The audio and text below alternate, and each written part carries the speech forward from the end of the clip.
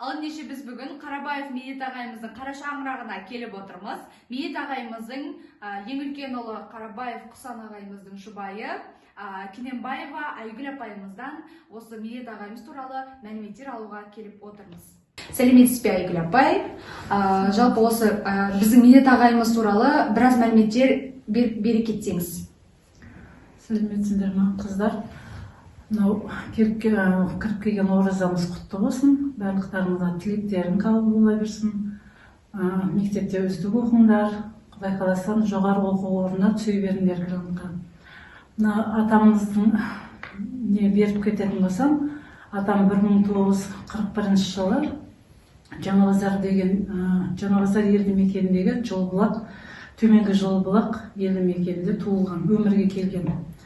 Біздің менің жолдасым ең үлкен ұлы болады, жаңа Құсан соның ең үлкен келіні боламыз қара шаңырақта. Өзімізді таныстырып өтетін болсамыз, атамыз 2 ұл, енеміз екеу 2 ұл, 2 қыз тәрбиелеген. Соның ең үлкені біз қара шаңырақта қаламыз. Қалғандар қыздар тұрмыста, жаңағы қайнымы қалада, өздерінің бәрінің семьясы, отбасылары бар, жұмыстары бар. Атама келетін болсақ, атам 1956 жылы жаңағы мектеп бітірген екен, колхозда жұмыс істейді 1 жыл. 1 жылдан кейін 60 жылы Шымкент педагогикалық институтын физика математика факультетіне оқуға түсіп жүрген кезде, оқып жүрген кезде армияға шақырып, 65 жылдары армияға барып, қайтып келіп оқуын жалғастырады ғой. Медет ағайымыздың жалпы мектеп аяқтағаннан кейінгі қызметтерін айта кетсеңіз. Біздің атам 1960 жылы жаңағы университетке түскеннен кейін оқуын тамамдайды ғой, пединститутты бітіргеннен кейін мектепте әскериден сабақ берген. Одан кейін тәрбие завуч болды, директор болды, Шанақ мектебінде директор болды.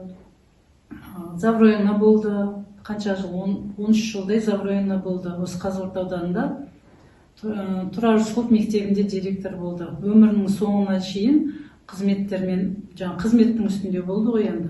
Одан кейін ардагерлер төрағасы болып, кішкене сөйерде жұмыс істеді. Жалпы Медет ағайымыз біздің деп айтады екен ғой. Жалпы Медет ағайымыз біздің Тұрар Рысқұлов мектеп лицейінде директорлық жұмысын қанша уақыт аралығында атқарған? Атам 1999 жылдан 2002 жыл аралығында жаңағы Тұрар Рысқұлов мектебінде директор қызметін атқарды. Жалпы осы қызмет бабында қандай марапаттарға ие болды? Атам өте көп, барлық қызмет істеп жүрген кезде барлық марапаттарға ие болды деп айта аламын. Сыр кезіндегі мен әлі сақтап жүрмін, ол кісінің жаңағы несін, балдары бар, немерелері бар деп. Медет ағайымыздың жалпы қазір артынан ізін жалғастырып жүрген немере шөберелері қанша? Бізде барлығы 14 немересі бар, 2 ұл, 2 қыздар. 8 шөбере, барлығы тату-тәтті өзінің отбасымен өмір сүріп жатыр, әрқайсысы өзінің шаңырағында. Бізге сұхбат бергеніңізге үлкен рахмет. Пока-пока.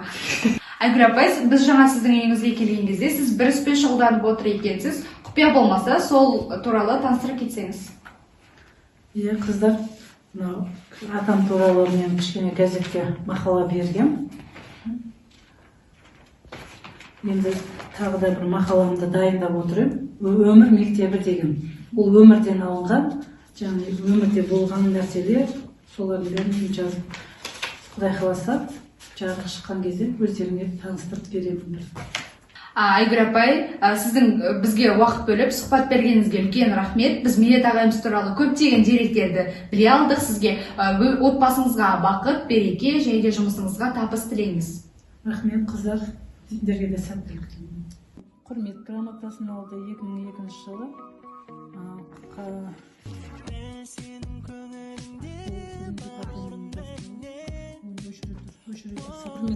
Құрмет грамотасымен марапатталған, алғыс хаттары бар. Қазығұрт ауданының құрметті азаматтығын алған мәслихат хатшысы Марфа Ғайдың